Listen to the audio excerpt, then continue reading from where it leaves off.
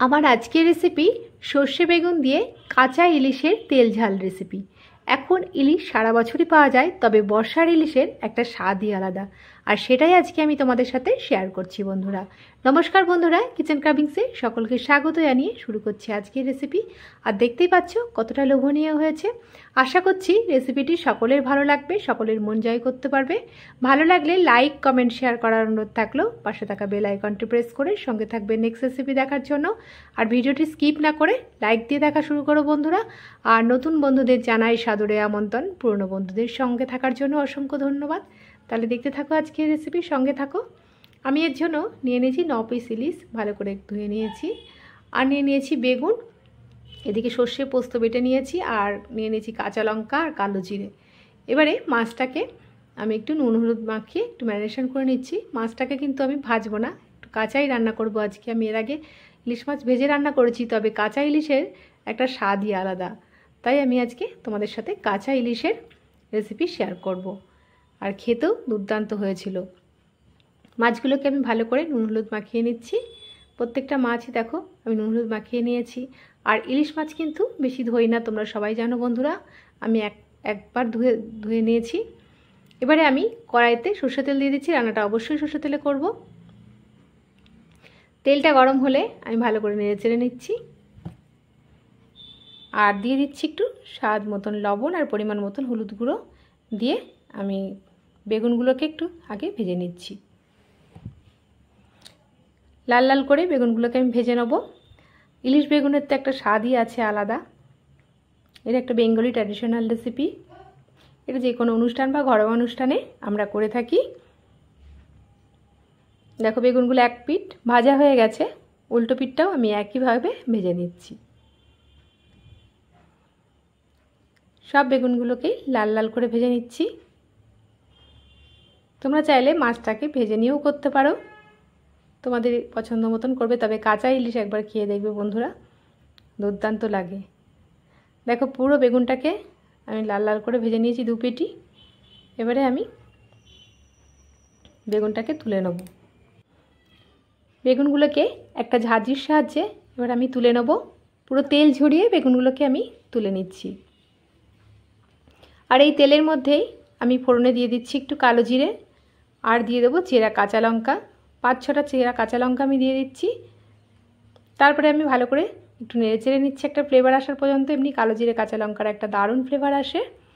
এখন আমি মাছগুলোকে এর মধ্যে দিয়ে দেবো। মাছগুলোকে আমি আলতো করে সাজিয়ে দিচ্ছি এর মধ্যে।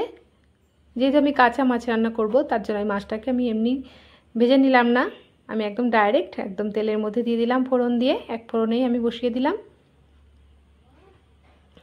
দেখো কালো জিরে কাঁচা লঙ্কার মধ্যে আমি মাছটা দিয়ে দিয়েছি। এদিকে আমি দিয়ে দিচ্ছি একটা মশলা বানিয়ে নিচ্ছি। একটু দিয়ে দিচ্ছি জিরের গুঁড়ো 1 চামচ, 1 চামচ হলুদ গুঁড়ো, 1 চামচ লঙ্কার গুঁড়ো, একটু কাশ্মীরি লঙ্কার গুঁড়ো দিয়ে আমি একটু জল দিয়ে ভালো করে মশলাটাকে আমি রেডি করে নিচ্ছি।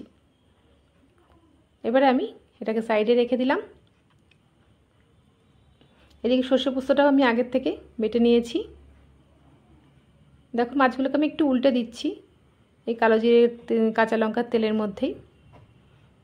তারপরে আমি মশলাটা এর সঙ্গে অ্যাড করে দিচ্ছি।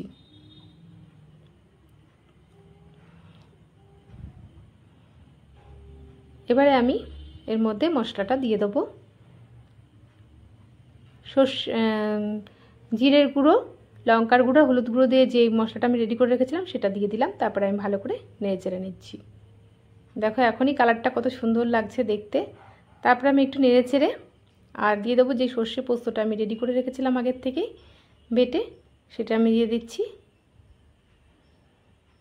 তারপরে আমি ভালো করে নেড়ে চেড়ে নিচ্ছি।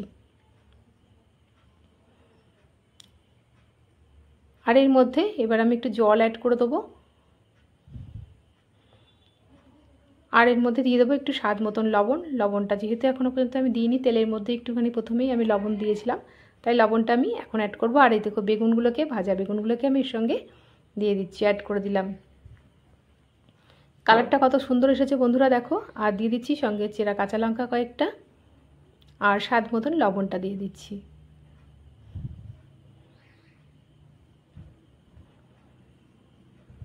তারপরে ভালো করে নেড়ে চেড়ে নিয়ে এখন আমি ঢাকনা দিয়ে দেবো।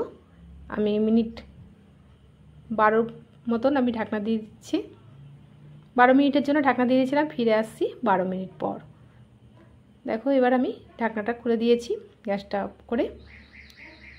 দেখতে কতটা সুন্দর হয়েছে। এবার একটা বোলের মধ্যে সার্ভ করে নিচ্ছি।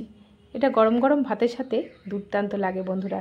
এই এক রেসিপিতেই এক থালা ভাত নিমিষে শেষ হয়ে যাবে। দেখতেই পাচ্ছ কতটা লোভনীয় হয়েছে, আর খুবই কম সময়ে এটা রেডি করে নেওয়া যায়। আশা করছি রেসিপিটি সকলেই ভালো লেগেছে। ভালো লাগলে লাইক কমেন্ট শেয়ার করার অনুরোধ থাকলো। পাশে থাকা বেল আইকনটি প্রেস করে সঙ্গে থাকবে নেক্সট রেসিপি দেখার জন্য। আর ভিডিওটি স্কিপ না করে পুরোটি দেখার অনুরোধ থাকলো বন্ধুদের কাছে।